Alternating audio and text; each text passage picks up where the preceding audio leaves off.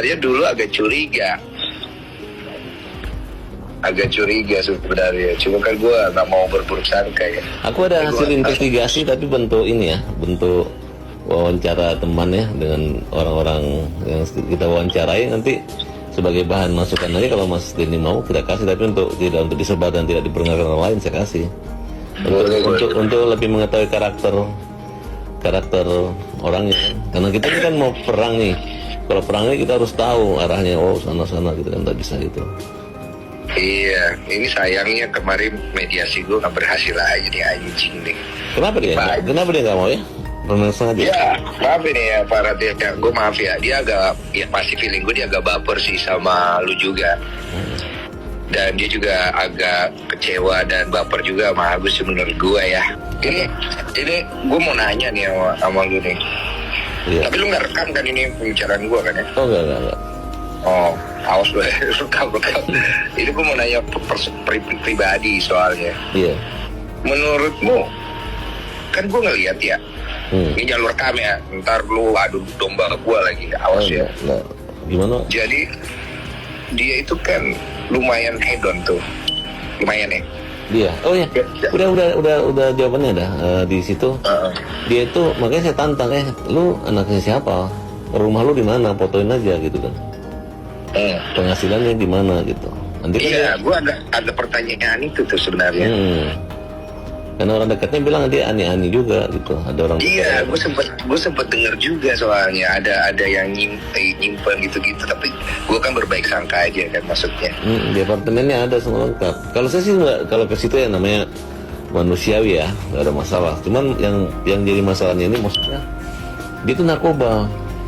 Ada narkobanya emang? Ada. Bahkan ini orang ngaku bahwa dia pernah diajak. Ya.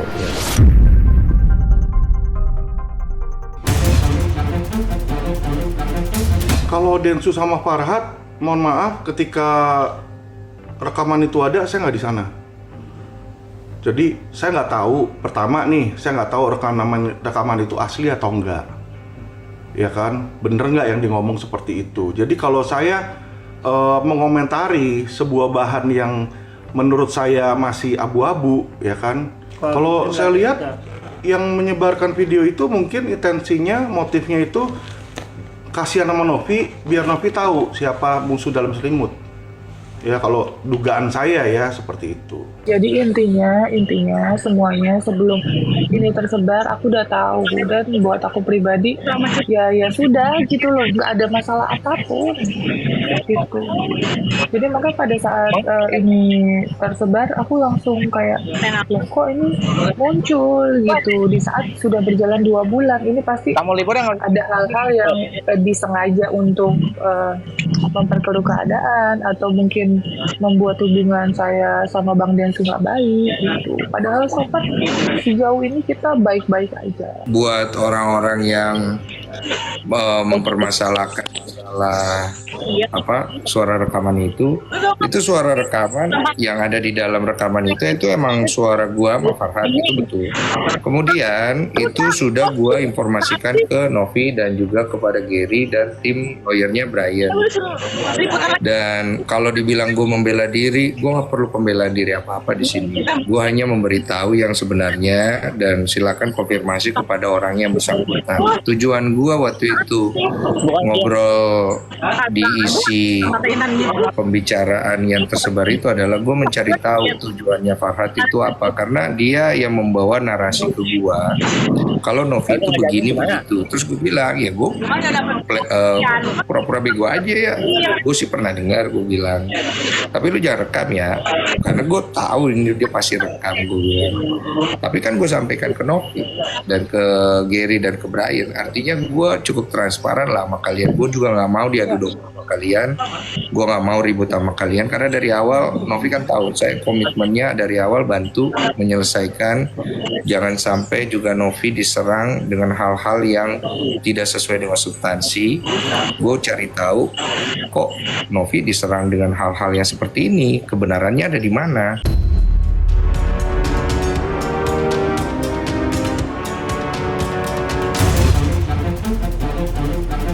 Yang saya dapat bukan hanya foto, tapi kopi dokumen. Ya, ini bukti pemalsuan Novi. KTP palsunya. Anda lihat, ini sudah saya tutup data-data pribadinya, jadi tidak ada data pribadi. Ini udah saya tutup semua nih, kecuali satu hal, nama sama tanggal lahir. Jadi Novi itu tanggal lahir yang sebenarnya, tahun lahirnya tuh 1991. Dia bikin jadi 1994 dengan sengaja ini. Nggak mungkin dong lu pakai, ya kan, ini 2017 loh masih. KTP-nya 2017, dia baru ganti 2020. Berarti sejak dia lahir 94 sampai 2020, 16 tahun dia tahu tahun lahir dia 91. Kenapa lu rubah 94? Hanya mafia yang melakukan seperti ini. Kenapa saya bilang, ya kan? Satu, untuk menipu orang. Ya kan? Orang tuh biasa palsuin begini untuk nipu. Ya. Nipu dari yang paling kecil lah. Misalnya ketemu cowok, lu usia berapa? Usianya 30, dia bilang 27 mas. Dimudain. Dan itu nggak boleh. Apapun alasan lu nggak boleh. Ini melanggar pasal 266 KUHP yang berisi pidana memberikan keterangan palsu dalam akta otentik. Ya, suratnya asli, tapi keterangannya palsu. Dan jangan bilang dia nggak tahu. Oh, saya nggak tahu. Kesalahan dari mana? Di Sukcapil. Mas, ini ada, selain dari sini saya ada dokumen-dokumen lain, baik dokumen kependudukan, dokumen dari dirjen-dirjen kementerian lain, ya, dia menggunakan tahun 94 semua, ya, dan nanti itu akan saya berikan ke pengadilan. Untuk menghadapi isu-isu tersebut gitu kan, ya apapun itu, orang mau melaporkan, mau menggugat, ya bisa didahulukan dengan somasi mungkin gitu kan, kita punya hak jawab di situ kan, jadi jelas gitu, kita nggak melebar kemana-mana. Karena kalau seperti ini kan, kalau saya ikut berkomentar, nanti semua ikut berkomentar, jadi kita keluar dari substansi padahal kan gitu. Dan ini serius loh, ini pidana serius. Dia ngatain saya pemalsu KTP, lah lu sendiri malsu KTP sekarang gimana? Ya kan, belum ada yang laporin kan, gua akan laporin. Di situ simpel kok, lu laporin pasal ece-ece, pramugari lah, apa segala, nggak masalah. Saya cuma tinggal nunggu satu surat lagi dari kementerian menyatakan bahwa tahun lahir dia adalah 91. Kalau secara online saya udah dapat. Secara online saya udah dapat. Kalau lu tahu 91, ini dicetak 94, feeling saya ini palsu. Kenapa? Ya, menurut saya ini palsu. Pertama, nicknya 91.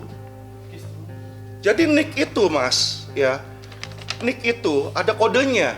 Kode awal 3 digit provinsi, 3 digit mana situ. Abis itu tanggal, bulan, tahun lahir. Ya kan, kita tahu semua, kita punya begitu. Ya. Nah, dia ini 94, tahun lahirnya 91. Di situ. Jadi ini udah kelihatan jelas dan nyata sekali dilakukan dengan kesengajaan. Nah, inilah orang, contoh orang ya. Makanya kenapa saya pertanyakan, semua saya pertanyakan. Ada izin nggak, ada ini nggak, ada ini. Dan ini konsekuensinya bukan cuma saya bisa menjerat Novi loh. Semua lawyer Novi bisa saya jerat. Karena kenapa? Dia bikin surat kuasa nggak? Pakai KTP nggak bikin surat kuasa? KTP mana yang dipergunakan? Apakah KTP palsu? Kalau KTP palsu yang dipergunakan, semua lawyer itu ikut serta Jungto 55 dalam penggunaan. Jadi pasal 266 itu ada 2 ayat.